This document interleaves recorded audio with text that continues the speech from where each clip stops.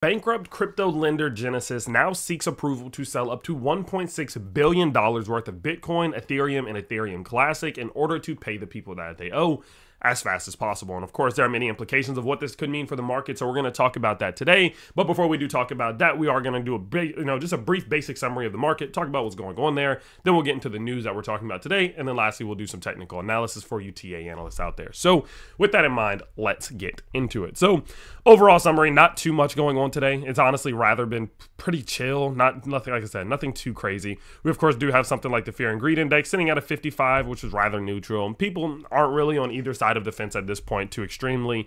We are of course seeing the overall general market not doing too much. Bitcoin itself rather sideways for the last 6 weeks, and so of course because of that, people are kind of just relaxing a bit. And I would honestly say sometimes in crypto it's nice for things to just be a little bit calm. You of course can see in the top 10 altcoins, you got things like Ethereum rather flat, Tether, of course, obviously rather flat. BNB rather flat. Same for Solana. Same for XRP. Same for Cardano, AVAX. Chainlink having a pretty breakout week. Of course, 34% up on the week. But outside of that, I mean, all the rest of these are rather flat as well. Now, general sentiment is a little bit bullish. Of course, you can see that the majority of your cryptos and your major ones are in a bullish state, not only just on the daily, but also in the weekly perspective as well. But it does start to flatten out a little bit when you do go to the weekly perspective, although it is still leaning a bit towards the bullish side. So overall, not too much happening in the market, and I do think that that is a good sign, especially considering the news that we just got last night. Now, the news that we got last night was that bankrupt crypto lender Genesis is seeking approval to sell $1.6 billion of trust assets.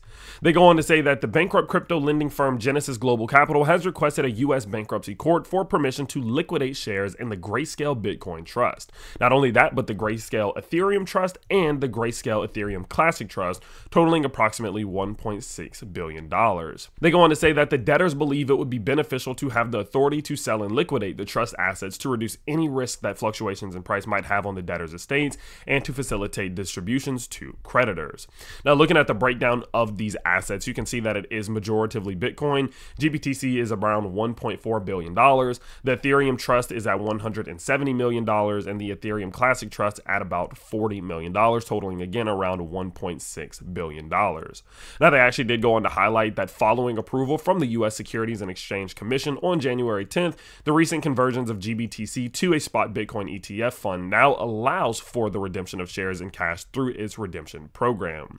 On top of that, they note that Ethereum Trusts do not have a redemption program, of course, because there's no Ethereum ETF, and therefore they need written consent from the sponsor to sell or dispose the shares. The final thing that they went to close this thing out is saying that both debtors and Gemini shall, on a good faith basis, which, yeah, we know these companies act on such good faith, use reasonable best efforts to maximize the market price of any trust assets or initial GBTC shares and the proceeds received from any sale thereof or any redemption thereof. Now, overall, I know this might sound like a bad thing, and even from the title, you might think it's a bad thing, but overall, it's not really a bad thing whatsoever, and let me explain why. Now, there's two reasons why I believe this is actually a good thing. The first one is that this is destiny. We've seen it for 20 years. There are macro cycles, not only in crypto, but in the general stock market, in the general economy, in the gold market, in any market you can think of, there are macro cycles. Things are cyclical. There's ebbs, there's flows, right? And every single time that you start to see the bad side of the cycle happen, you're going to see companies go bankrupt. It's just what happens. They must. It's kind of the survival effect, right? It's kind of Darwinism to some degree. Only the ones who've adapted the most can survive, right? And so because of this, every single time that we see the beginning of the bullish cycle, right, begin, you're going to see that slowed down and halted to some degree by many of the companies that were a part of the previous bull market that died in the bear market, selling off their assets because the underlying assets are appreciating in price, and now that's the time for them to get out, because it's not like they can just go back on being bankrupt, right? And no one would trust them even if they did.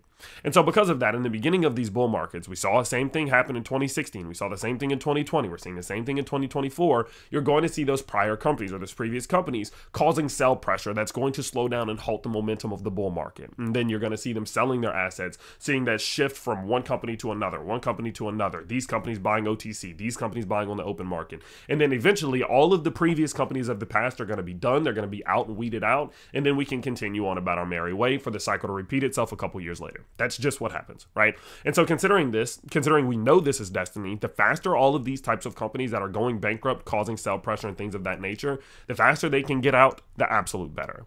Now, on top of that, another thing you need to consider is that although the vast majority of this money is not going to go back to retail crypto investors like you and I. The majority of it will go towards VCs and these angel investors and things of that nature. It is a good thing that the money will re-enter into the liquidity cycle of crypto, because all of this is locked out. It's just been gone. That $1.6 billion is locked. It's not available. That liquidity is nowhere. And so because of that, of course, what you have to understand is that the moment they start selling and the moment that liquidity starts to get generated again and unlocked, that's liquidity that's going to be placed in the hands of many investors and VCs and things like that who are so crazy and so, into the risk side of things that they're going to likely just go back and reinvest it right back into the next crypto they find, right?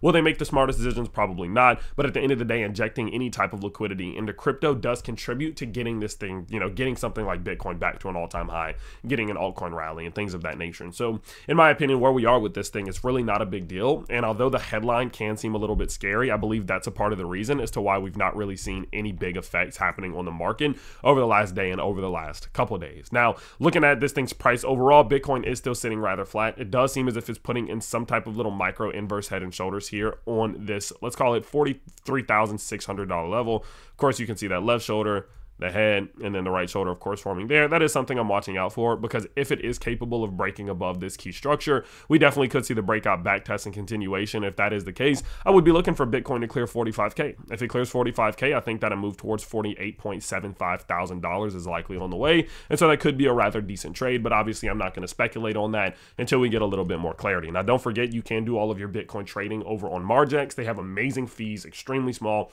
You don't need the KYC, meaning you don't need to give them any of your personal information. You don't need to use a VPN from anywhere in the world. You can quite simply deposit funds, start trading on leverage with a sliding scale, take profits, stop loss, all that good stuff. So go, of course, check out the Margex link down in the description below, and you will get a couple $100s of a deposit bonus when you do use my own link. So go check it out again. But with that in mind, again, I know it's a big headline. It seems scary, but it's not that really big of a deal. And these things are destiny. So let's just get it over with so we can continue into the bull market. Now, with that in mind, of course, I hope you guys do enjoy the new style and format of these videos. A couple things. If you want to see my own personal buys and sells and my portfolio, exclusive content, much more, I have my own Patreon down below. I also have a link to HG Access, which is the server in which I contribute a ton of alpha for a bunch of cryptos. We had one last week go up 40x, 4,000%, in which many community members did extremely well on that. It's me and a bunch of creators contributing to that. That link is also down there below. But with that in mind, of course, I hope you guys do enjoy these videos, and then I will always see you next time. Peace out, everybody.